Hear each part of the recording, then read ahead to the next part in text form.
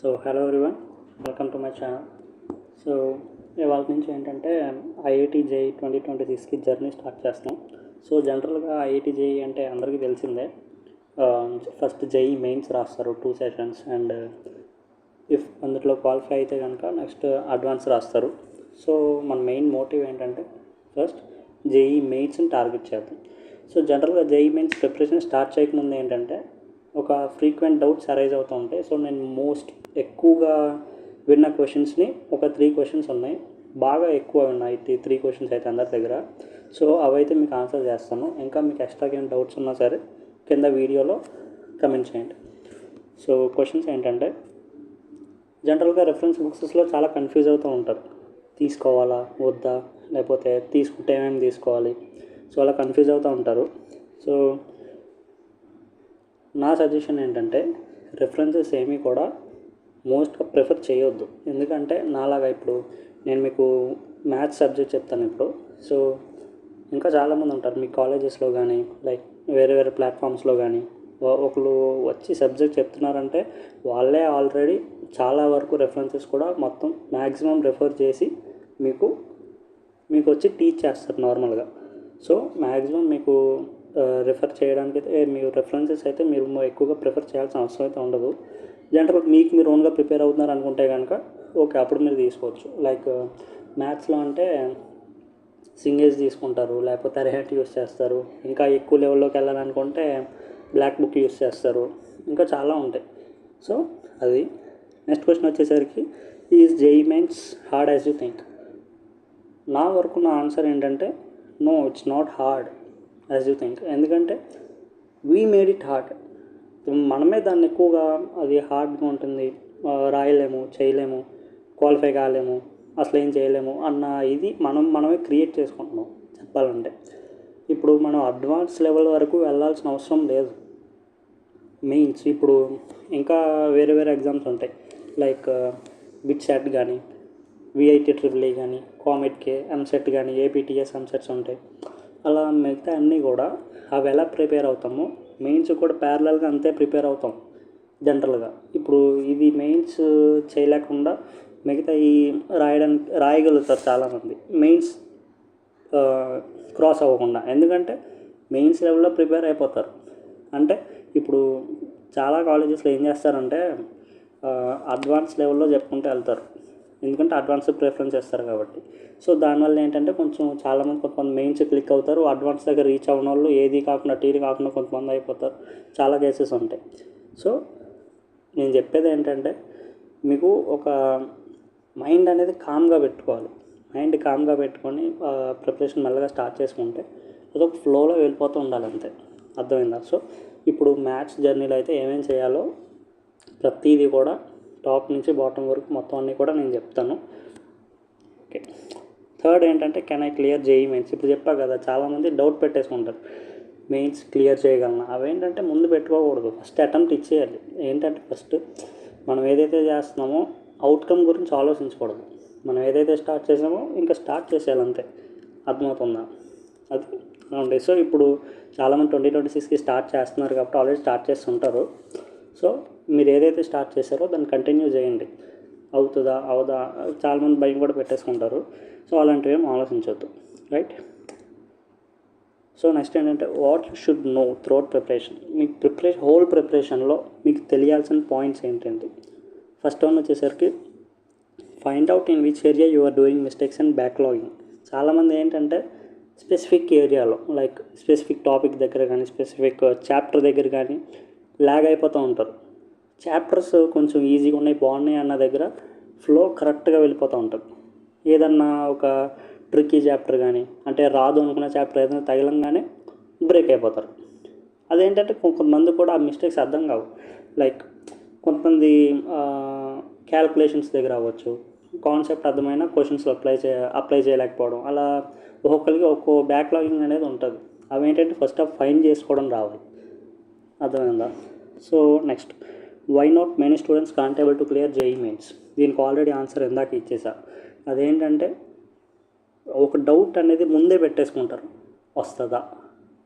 ఆ డౌట్ ఏంటంటే మెల్లగా జేఈ మెయిన్స్ డేట్ దగ్గరికి వచ్చే కొద్ది ఏంటంటే ఆ భయం అనేది ఏదైతే ఉందో అది మెల్లగా పెరిగిపోతూ ఉంటుంది అదనమాట. సో ఆ డౌట్స్ అన్నీ ఏంటంటే ముందు పెట్టుకోకూడదు. ప్రిపరేషన్ అనేది ఫస్ట్లో ఉన్నప్పుడు ఎలా స్టార్ట్ చేసామో ఎండ్ వరకు కూడా అదే మెయింటైన్ చేయాలి. అండ్ నెక్స్ట్ థర్డ్ పాయింట్ ఏంటంటే role of us in your preparation. ఇప్పుడు 100%లో మీ ప్రిపరేషన్ అనేది 100% ఉంటే, అంటే ఒక 100%లో చెప్పాలంటే మా రోల్ అనేది జస్ట్ 30-40% మాత్రమే ఉంటుంది. ఎందుకంటే మేము జస్ట్ మిమ్మల్ని గైడ్ చేస్తున్నాం, కానీ చేయాల్సిందంతా మీరేంటంటే కంప్లీట్గా మా మీద డిపెండ్ అవ్వకూడదు.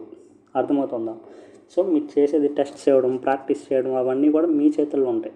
మేము చేస్తే మాకు వస్తాయి, మీకు రావు కదా. సో మీకు క్వశ్చన్స్ ఇవ్వడం కానీ, రైట్, థియరీ ఎక్స్ప్లెయిన్ చేయడం కానీ, క్వశ్చన్స్ ఇవ్వడం కానీ, టెస్ట్ చేయడం కానీ అవన్నీ మా చేతుల్లో ఉంటాయి. మేము ఇస్తాం, ఎన్నైనా ఇస్తాం, కానీ మీరు చేయాలి కదా. ఆ వర్క్ అనేదే మిగతా 50-60% ఉంటుంది. అర్థమవుతుందా? సో అదంతా కూడా మీ చేతుల్లోనే ఉంటుంది. And fourth one, ups and downs in your journey of preparation. Ups and downs వస్తాయి, కంపల్సరీగా వస్తాయి. మీకు ప్రిపరేషన్ అంతట్లో కూడా గ్రాఫ్ కంప్లీట్గా రైజ్ అయిపోతూ ఉండాలంటే అది అవ్వదు. That's not even possible.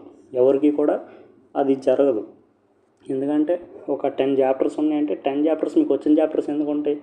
ఒక 6-7 చాప్టర్స్ మీకు వస్తే ఇంకో 3-4 చాప్టర్స్ మీకు అసలు రావు. చేసినా కూడా ఉండొచ్చు, చెప్తున్నా ఉండొచ్చు. సో అలా వచ్చిన చోట్ల ఏంటంటే వాటి దగ్గర స్టక్ అవ్వకూడదు. అయితే వాటిని ఇంకా ఎందుకు రావట్లేదు అని వాటి మీద వర్కౌట్ చేయడం స్టార్ట్ చేయాలి. లేకపోతే ఏవైతే చాప్టర్స్ వచ్చో వాటి మీద ఎక్కువ కాన్సన్ట్రేట్ చేయడం స్టార్ట్ చేయాలి. అయితే అలా అయితే ఇచ్చేయాలి, అది చేయాలి. అటు ఇటు కాకుండా ఆగిపోతే వచ్చిన వాటిలో కూడా అది ఏంటంటే అవి కూడా రావడం ఆగిపోతాయి. అలాంటివన్నీ జరిగే ఛాన్సెస్ ఉంటాయి. కాబట్టి అప్స్ అండ్ డౌన్స్ అనేవి నార్మలే. ఎండ్ వరకు అప్స్ అండ్ డౌన్స్ ఉంటానే ఉంటాయి. బట్ మనం స్టక్ అయిపోయి మధ్యలో బ్రేక్ అవ్వకూడదు. అదే first thing. Okay, next things you should do and avoid and be aware. So first one ఏంటంటే స్టే అవే ఫ్రమ్ డిస్ట్రాక్షన్స్. ప్రతి ఒక్కరు చెప్పేదే. సో మీకు డిస్ట్రాక్షన్స్ అనేవి డిఫరెంట్ వేస్ నుంచి ఉంటాయి. లైక్ కొంతమందికి మాట్లాడితే డిస్ట్రాక్ట్ అవుతారు, కొంతమంది మొబైల్స్ ద్వారా డిస్ట్రాక్ట్ అవుతారు, కొంతమంది అలా ఒక్కొక్కరికి ఒక్కో టైప్ ఆఫ్ అట్మాస్ఫియర్ ఉంటుంది డిస్ట్రాక్షన్స్ అని. అవి ఏంటంటే ఫైండ్ అవుట్ చేసుకొని వాటిని కొంచెం అవాయిడ్ చేయాలి. అర్థమవుతుందా? వాటి నుంచి దూరంగా ఉండాలి. తప్పదు. ఇప్పుడు జస్ట్ ఫ్యూ మంత్స్ అనేవి మిగిలినాయి. ఇప్పుడు దాదాపు 5-6 months టైం ఉంది. సో ఈ 5-6 months ఏంటంటే కంప్లీట్గా డిస్ట్రాక్షన్స్ నుంచి బయటికి రావాల్సిందే. అండ్ సెకండ్ వన్, కొంతమంది ఏంటంటే చేస్తూ ఉంటారు, ప్రిపేర్ అవుతూ ఉంటారు, కానీ రిజల్ట్ రాదు, అవుట్పుట్ ఉండదు. ఇన్పుట్ ఉంటుంది కానీ అవుట్పుట్ ఉండదు. ఉన్నారు, ఎలా అడిగిన వాళ్ళు కూడా చాలామంది ఉన్నారు. నాకు ఇన్పుట్ ఉంటుంది, నేను ప్రిపేర్ అవుతున్నాను, అయినా సరే మార్క్స్ రావట్లేదు అంటే, లేదు, అది మీరు అనుకునేదే కరెక్ట్గా ఉంది అని మీకు అనిపిస్తుంది. బట్ ఒక ఇన్విజిబుల్ ఎర్రర్స్ అనేవి కొన్ని ఉంటాయి. లైక్ మీరు ప్రిపరేషన్లో ఏదో సంథింగ్ రాంగ్ చేస్తున్నారు. రాంగ్ ఉంటేనే అలాంటప్పుడు మాత్రమే అవుట్పుట్ రాదు. అర్థమవుతుందా? సో మీ ప్రిపరేషన్ కూడా కరెక్ట్గా ఉండాలి. ప్రిపేర్ అవుతుంటే ఏదో ప్రిపేర్ అయిపోతున్నాం అని ఉన్నది. ఇప్పుడు ఫర్ సపోజ్ మీకు ప్రాక్టీస్ చేస్తున్నారు, n నెంబర్ ఆఫ్ క్వశ్చన్స్ చేశారు, మ్యాథ్స్లో n నెంబర్ ఆఫ్ క్వశ్చన్స్ చేశారు, టెస్ట్స్ ఇచ్చారు. మీరు చేసే క్వశ్చన్స్ అండ్ టెస్ట్స్ అవి కూడా రెలవెంట్గా ఉండాలి. మీకు ఏదైతే ఫైనల్గా మెయిన్స్ పేపర్ కానీ లైక్ వేరే ఇంజనీరింగ్ ఎగ్జామ్ కానీ ఏదైనా ఉందంటే ఆ మెయింటైన్ చేసే లెవెల్ అనేది ఒకటి ఉంటుంది. ఆ లెవెల్కి ప్యారలల్గా మీరు ప్రాక్టీస్ చేసే క్వశ్చన్స్ కూడా ఆ లెవెల్లోనే ఉండాలి. అయితే అంతకన్నా ఎక్కువనే ఉండొచ్చు, అంతకన్నా ఎక్కువ లెవెల్ ఉన్న క్వశ్చన్స్ కూడా చేయొచ్చు.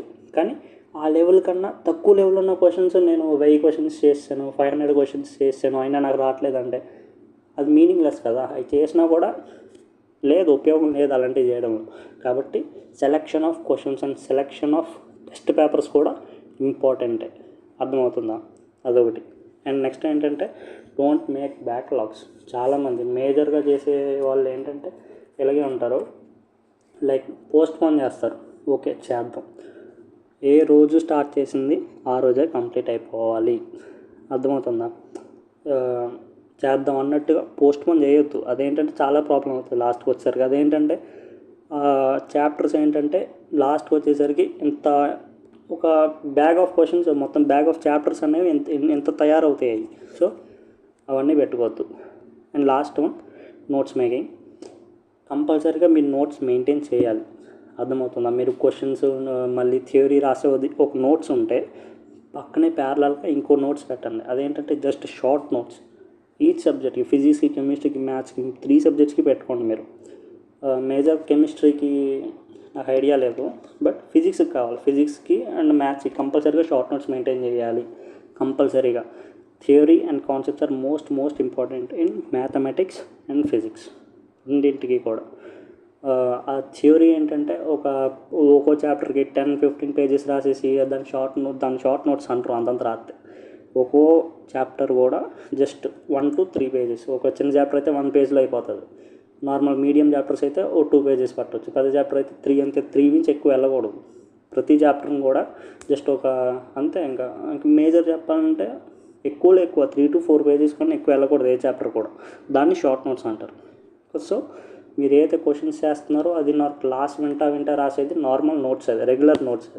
అది కాకుండా పక్కన ఒక షార్ట్ నోట్స్ పెట్టండి, రాయండి. ప్రతిదీ కూడా మీకు ఏదైతే అది ప్రతి కాన్సెప్ట్ సంబంధించి కీ పాయింట్స్ మొత్తాన్ని కూడా నోట్ డౌన్ చేసుకోవాలి.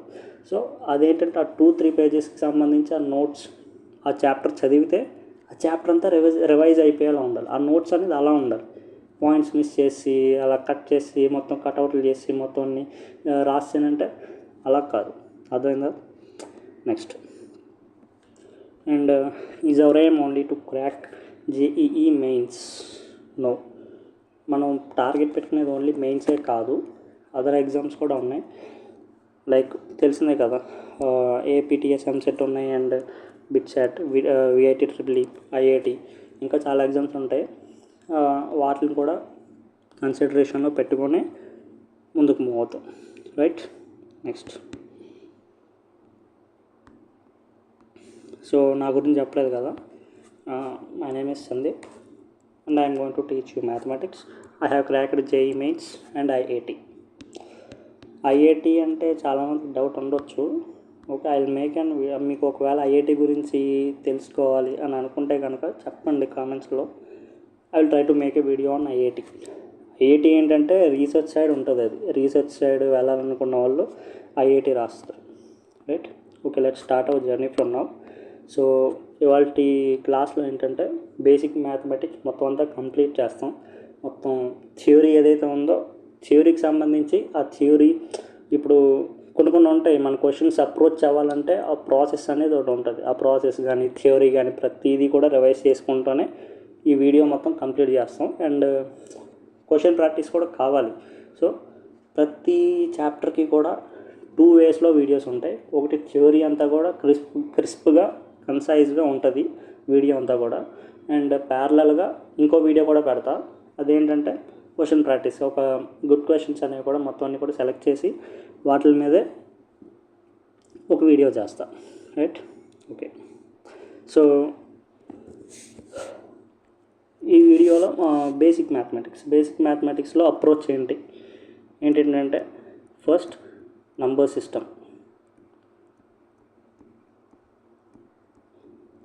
నంబర్ సిస్టమ్ ఉంటుంది. ఆల్రెడీ నంబర్ సిస్టమ్ అంటే మీరు స్కూల్ డేస్ నుంచి నేర్చుకున్నది అదే ఉంటుంది. అండ్ సెకండ్ వన్ వచ్చేసరికి వేవికోవ్ మెథడ్.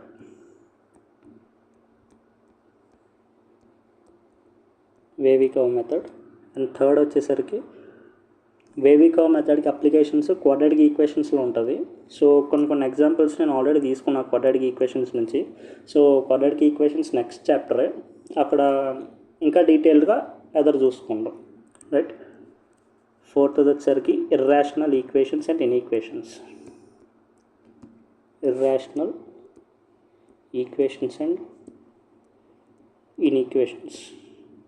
ఇన్ఈక్వేషన్స్ అంటే ఏంటి? ఓకే, ఎదురుకెళ్తాం కదా, స్టార్ట్ చేస్తాం కదా, అక్కడ తెలుస్తుంది. అండ్ ఫిఫ్త్ టాపిక్ వచ్చేసరికి లాగరిథమ్స్ చూస్తాం.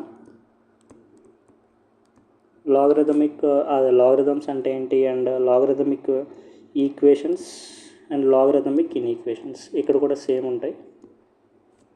అండ్ ఫిఫ్త్ వన్ వచ్చేసరికి ఎక్స్పోనెన్షియల్స్. అండ్ ఎక్స్పోనెన్షియల్ సంబంధించి ఈక్వేషన్స్ కూడా ఉంటాయి. సేమ్ ఈక్వేషన్స్ అండ్ ఇన్ఈక్వేషన్స్ ఉంటాయి. మిక్స్డ్ టైప్ ఆఫ్ క్వశ్చన్స్ ఉంటాయి నార్మల్గా. సో ఇక్కడ క్వశ్చన్స్ ఓన్లీ వేవికో మెథడ్ మీదే ఉంటుంది, ఇర్రేషనల్ ఈక్వేషన్స్ అండ్ ఈక్వేషన్స్ మీదే ఉంటుంది, లాగరిథమ్స్ మీద ఉంటుంది, ఎక్స్పోనెన్షియల్స్ మీద ఉంటుంది. సెపరేట్గా క్వశ్చన్స్ ఉండవు. జనరల్గా మిక్స్డ్లోనే క్వశ్చన్స్ అడుగుతాడు. సో ఎలాగన్నా అడగొచ్చు పాసిబిలిటీ అని. సో మొత్తాన్ని కవర్ చేసుకుంటానే వెళ్తాం. సో క్లాస్ స్టార్ట్ చేద్దాం. సో ఫస్ట్ ఇది ఒకసారి వీడియోని పాజ్ చేసి మీరే ఆన్సర్ చేసి చూడండి. అర్థమవుతుందా? వీడియోని పాజ్ చేయండి, పాజ్ చేసి మీరే ఆన్సర్ చేయండి. ఇవన్నీ కూడా ఒకసారి థింక్ చేయండి ఏమేమి వస్తాయి. First of all rational irrational అంటే ఏంటంటే మీ అందరికీ తెలిసిందే కదా. రేషనల్ నెంబర్స్ అంటే ఏంటి? P/Q ఫామ్లో ఉంటాయి. Q where Q is not equal to 0. P and Q are real numbers, అంతే కదా. సో ఒక రేషనల్ నెంబర్ ఇంకో rational number addition or subtraction ఏమొస్తుంది? రేషనల్ వస్తుంది, ఇర్రేషనల్ వస్తుంది. అది చెప్పాల్సింది. ఏమొస్తుంది? రేషనలే వస్తుంది. చెక్ చేసుకున్న ఆన్సర్స్ ఒకసారి. And rational into rational multiply చేస్తే ఏమొస్తుంది? ఇది కూడా రేషనలే వస్తుంది. Next third one, rational divided by rational which is not equal to 0. Denominator 0 అయితే ఏమవుతుంది? నాట్ డిఫైన్డ్ అవుతుంది. సో 0 కాకుండా ఏదన్నా ఒక రేషనల్ నెంబర్తో డివైడ్ చేసాం. రేషనల్తో మళ్ళీ రేషనల్ వస్తుంది. Right. Next rational plus or minus irrational. So ఇలాంటివి ఏంటంటే మీరు ఎగ్జాంపుల్స్గా ఆలోచించుకోవాలి. అర్థమవుతుందా? ఇర్రేషనల్ అంటే ఏంటి? జనరల్గా రూట్లో ఉన్న నెంబర్స్ అన్నీ కూడా ఇర్రేషనల్ అవుతాయి. రేషనల్ అంటే మీకు తెలిసిందే కదా. ఇప్పుడు ఎగ్జాంపుల్స్ ఉన్నాయి. 2 ఉంది, √2 ఉంది. ఏమవుతుంది? ఇదంతా కూడా ఇర్రేషనలే కదా. జనరల్గా ఇర్రేషనలే వస్తుంది మళ్ళీ. So next rational into irrational. 2√2 తీసుకుని మల్టిప్లై అన్నాడు. 2√2 ఇవేంటంటే మీరు ఎక్సెప్షనల్ కేసెస్ని ట్రై చేయండి ఫస్ట్. ఇప్పుడు అర్థమవుతుందా అని చెప్తాను సార్. ఇది కూడా ఇర్రేషనల్. ఇప్పుడు చూడండి, ఇప్పుడు అర్థమవుతుంది. Irrational plus or minus irrational. నేను ఇందాకన్నా కదా. కాని కేసెస్ ఆలోచించండి. ఇప్పుడు ఇది ఉంది, రేషనల్ ఇర్రేషనల్ ఉంది. రేషనల్ ఇర్రేషనల్ని యాడ్ చేసినా సబ్ట్రాక్ట్ చేసినా ఏ టైప్ ఆఫ్ ఎగ్జాంపుల్ తీసుకున్నా కూడా తిరిగి ఇర్రేషనలే వస్తుంది. ఇప్పుడు ఇర్రేషనల్ రెండు ఉన్నాయి, ఎడిషన్ ఆర్ సబ్ట్రాక్షన్. ఇప్పుడు నేను ఏం చేశానంటే √3 √5 తీసుకున్నా. ఈ రెండింటిని యాడ్ ఆర్ సబ్ట్రాక్షన్ ఏదో ఒకటి చేశా. అదేమవుతుంది? ఫైనల్గా మళ్ళీ ఇర్రేషనల్ అవుతుంది. కానీ రేషనల్ అయ్యే కేసెస్ ఉన్నాయా అవి ఆలోచించండి. లైక్ ఇప్పుడు 3 + √3 ఉంది, ఇది ఇర్రేషనలే. నేను 3 - √3 తీసుకున్నా, ఇది ఇర్రేషనలే. ఈ రెండింటిని యాడ్ చేసా, ఏమవుతుంది? √3 - √3 రెండు క్యాన్సిల్ అయిపోతాయి. లాస్ట్గా ఫైనల్ ఆన్సర్ ఏమొస్తుంది? 6. ఇర్రేషనలే కదా. కాబట్టి ఇక్కడ ఏమవుతుంది? కెన్ బి అంతెందుకులే, రేషనల్ ఆర్ ఇర్రేషనల్ ఏదన్నా అవ్వచ్చు. Next irrational into irrational. ఇదైనా అంతే. 3 + √3 ఇంటూ 3 - √3 సేమ్ ఈ ఎగ్జాంపుల్ తీసుకోండి. ఏమొస్తుంది? A + B into A - B, అంతే కదా. 3 + √3 into 3 - √3 A + B into A - B అంటే ఏంటి? ఐడెంటిటీ. నెక్స్ట్ వస్తుంది A² - B² అంటే 9 - √3² అంటే 3, 9 - 3 మళ్ళీ 6 వస్తుంది. అంటే రేషనల్ వస్తుంది. అది ఇర్రేషనల్ ఇంటూ ఇర్రేషనల్ అన్నారు. ఇంకో ఎగ్జాంపుల్ తీసుకోండి. లైక్ √3 ఇంటూ √9 కాదు, √5 తీసుకోండి. √3 ఇంటూ √5 √15 కదా. అంటే ఇర్రేషనల్ వస్తుంది. అంటే ఇది కూడా సేమ్, రేషనల్ అవ్వచ్చు, ఇర్రేషనల్ కూడా అవ్వచ్చు. Next irrational divided by irrational. ఇర్రేషనల్ని ఇర్రేషనల్తో డివైడ్ చేస్తే ఏమవుతుంది? సింపుల్. లైక్ ఇప్పుడు 1 సెకండ్.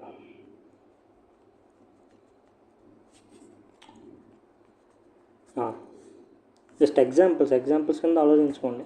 ఇప్పుడు ఇర్రేషనల్ ఉంది అంటే √3 తీసుకున్నా, మళ్ళీ √5తో డివైడ్ చేసా, ఇదేమవుతుంది? √3/5 మళ్ళీ ఇర్రేషనల్ వస్తుంది. ఇప్పుడు ఎలా తీసుకుంటా? √5/√5 రెండు ఇర్రేషనలే కదా. రెండు క్యాన్సిల్ అయింది, వచ్చింది 1 అంటే రేషనల్. ఇక్కడ కూడా 2 ఛాన్సెస్ ఉన్నాయి, రేషనల్ ఆర్ ఇర్రేషనల్. అంటే బేసిక్గా ఒక ఐడియా కోసం చెప్పాను ఇవన్నీ కూడా.